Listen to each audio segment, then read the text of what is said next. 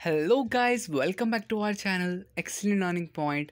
तो बच्चों, आज की इस वीडियो में हम क्लास 10th का वर्कशीट नंबर 74 डिस्कस करने जा रहे हैं।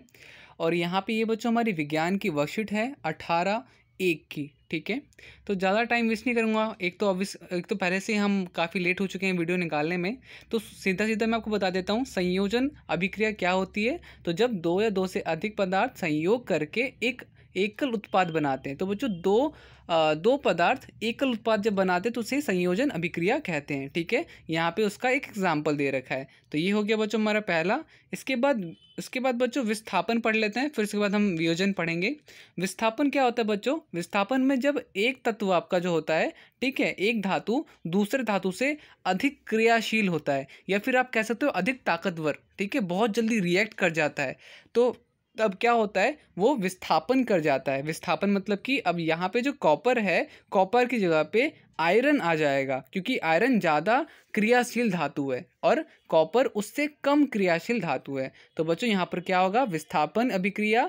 इस अभिक्रिया में अधिक क्रियाशील धातु अपने से कम क्रियाशील धातु को उस लवणीय विलयन से विस्थापित कर देता है। तो ये हो गया बच्चों आपको दिख रहा होगा, कॉपर सल्फेट से विस्थापित होके आयरन सल्फेट बन गया और कॉपर अलग हो गया। ठीक है, नीले रंग का कॉपर सल्फेट का जलीय विलयन फेरस सल्फेट बनने के कारण हल्के हरे रंग के विलयन में परिवर्तित हो जाता है।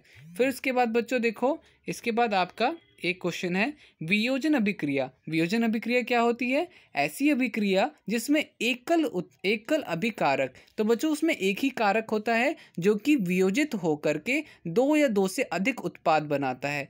अब बच्चों ये किस तरह से होता है? या तो आप क्या करोगे बच्चों, या तो आप उस पर हीट डालोगे, हीट मतलब कि गर्मी, ठीक है, ऊष्मीय वियोजन, ठीक है, जहाँ पर हम जैसे कि ये आपका फेरस सल्फेट है, आयरन सल्फेट भी कहते हैं इसको। अब यहाँ पे आप इसमें ऊष्मा डालोगे, हीट गर्मी डालोगे, तो ये तीन अलग अलग पदार्थों में परिवर्तित हो जाता है।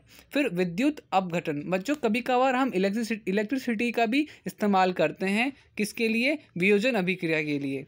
और इसके बाद बच्चों हमारा तीसरा है प्रकाशीय वियोजन। प्रकाशीय वियोजन क्या होता है? जहाँ पर हम सूर्य के प्रकाश या फिर एक सिंपल जो साधारण प्रकाश की किरणें होती है, उससे हम किसी तरह का वियोजन करते हैं, तो ये बच्चों इसे प्रकाशीय वियोजन कहते हैं। तो तीन तरह के हो गए, तो ध्यान रखिएगा, जो चीज़ हम हीट करेंगे, मतलब कि अगर अग्नि का इस्तेमाल करेंगे, ऊष्मा का इस्तेमाल करेंगे, तो वहाँ पर हमारा ऊष्मीय वियोजन होगा। जहाँ पर हम विद्युत का इस्तेमाल करेंगे, विद्युत अपघटन होगा। जहाँ पे हम मात्र प्रकाश का इस्तेमाल करेंगे, तो वो प्रकाशीय वियोजन होगा। ठीक है, वियोजन मैंने आपको बता दिया, जहाँ पे बच्चों कोई एक पदार्थ, ठीक है, कोई एक कारक दो या दो से अधिक कारकों में परिवर्तित हो जाता है।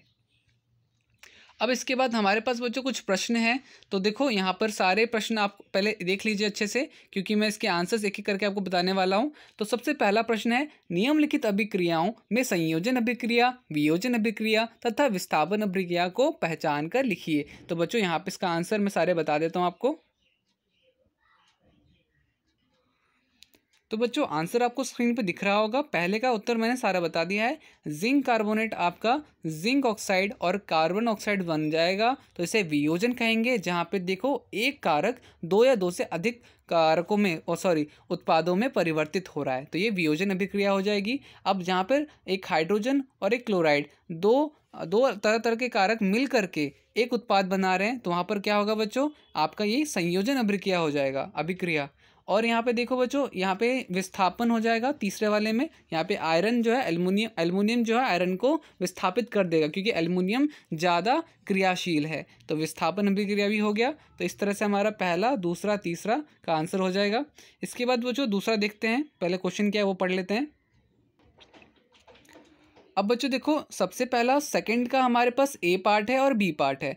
तो लिखा हुआ है, कॉपर सल्फेट के विलयन में लोहे की कीलें डालने के कुछ समय बाद विलयन के रंग में परिवर्तन हो जाता है। तो बच्चों ऐसा हो जाता है, और ऐसा क्यों होता है, तो हमें इसका कारण बताना है, तो वो ज़रा देख लेते हैं।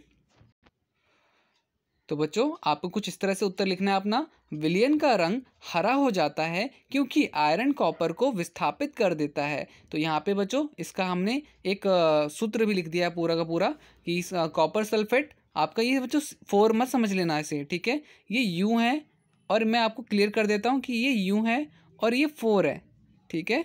प्लीज़ कन्फ्यूज़ मत होना। तो ये 4 है बच्चों और ये Cu है, कॉपर को Cu बोलते हैं ना, तो प्लीज़ इसमें कन्फ्यूज़ मत होइएगा, मैंने इसलिए इसको बता भी दिया, कुछ बच्चे कन्फ्यूज़ हो जाते हैं। तो ये हो गया बच्चों हमारा दूसरे का उत्तर। अब आते हैं ज़रा दूसरे के बी में, बी वाला क्वेश्चन क्या है ज़रा वो देखते हैं। अब देखिए बच्चों हमारा सेकंड में जो बी है, वायु की उपस्थिति में भूरे रंग का कॉपर चूर्ण काले रंग में परिवर्तित हो जाता है। तो बच्चों देखो अब बी वाले में आपका आंसर क्या होगा, वायु की उपस्थिति में भूरे रंग ना। तो देखो अब यहाँ पर हम कैसे करेंगे इसका आंसर, तो आते हैं सीधा आंसर पे। तो बच्चों देखो आप यहाँ पे लिखोगे क्योंकि कॉपर चूर्ण कॉपर ऑक्साइड बना लेता है और ऑक्सीजन की उपस्थिति में आपका क्या कहते हैं, ये बच्चों ये कॉपर ऑक्साइड बनाता है। ठीक है, तो यहाँ पर हमारा CuO2 हो जाएगा और Cu और ऑक्सीजन, ठीक है, कॉपर ऑक्सीजन मिलकर के कॉपर ऑक्साइड बन जाएगा। ठीक है, तो इस तरह से आप बी का आंसर लिख लीजिएगा। ओके, अब देखो यहाँ पे हमारा थर्ड क्वेश्चन है, जल का विद्युत अपघटन करने पर सबसे पहला कैथोड तथा एनोड एक पर एकत्रित होने वाली गैस का नाम लिखिए। दूसरा, एक इलेक्ट्रोड पर एकत्रित गैस का आयतन दूसरे इलेक्ट्रोड पर एकत्रित गैस से दुगना क्यों होता है। तीसरा, रासायनिक अभिक्रिया का प्रकार लिखिए। तो बच्चों तीनों का आंसर मैं आपको बता देता हूँ। ठीक है, उत्तर 3 का जो भी आंसर है वो सारा बता देता हूँ आपको। तो सबसे पहले तो बच्चों ए पूछा जा रहा था, कैथोड पर H2 और तथा एनोड पर O2। अब सेकंड, H2O में हाइड्रोजन तथा ऑक्सीजन का अनुपात 2:1 है। अंत इसी अनुपात में गैस वियोजित होगी। ठीक है, और इसके बाद बच्चों थर्ड में हमारा विद्युत वियोजन कह सकते हो या विद्युत अपघटन भी इसे कहा जाता है। तो ये हमारा बच्चों थर्ड क्वेश्चन भी खत्म हो जाता है। अब ज़रा हम अपना लास्ट क्वेश्चन फोर्थ क्वेश्चन को पढ़ लेते हैं और उसके बाद उसका उत्तर देखते हैं। तो बच्चों अब आप देखोगे फोर्थ क्वेश्चन, निम्न चित्र पर रासायनिक अभिक्रिया का है। तो बच्चों ये चित्र आप दिखोगे एक रासायनिक अभिक्रिया है। अब आप देख रहे हो कि यहाँ पे सनलाइट, सूरज का प्रकाश हम देख रहे हैं, तो ये किस तरह की अभिक्रिया होगी। तो मैं आपको बता दूं कि ये प्रकाशीय वियोजन कहलाएगा, क्योंकि हम यहाँ पर प्रकाश के कारण एक हम यहाँ पे रिएक्शन देखने जा रहे हैं। तो यहाँ पर बच्चों फोर्थ क्वेश्चन में आपको ये जो दे रखा है इससे हमसे कुछ प्रश्न पूछे जाए कि रासायनिक अभिक्रिया का नाम तथा परिभाषा लिखिए, अभिक्रिया का रासायनिक समीकरण लिखिए, लवण के रंग में क्या परिवर्तन होगा ये लिखिए। तो देखो बच्चों उसका आंसर भी हम बता देते हैं। तो देखिए बच्चों यहाँ पर प्रकाशीय वियोजन था, ये मैंने आपको बता दिया। तो जब प्रकाश की उपस्थिति में कोई यौगिक दो या अधिक यौगिकों या तत्वों उत्पाद में हो जाता है, तत्व उत्पाद में बच्चों क्या वियोजन मत लिखने देना, विघटित, ठीक है, विघटित लिखना हो जाता है, तो उसे प्रकाशीय वियोजन कहते हैं।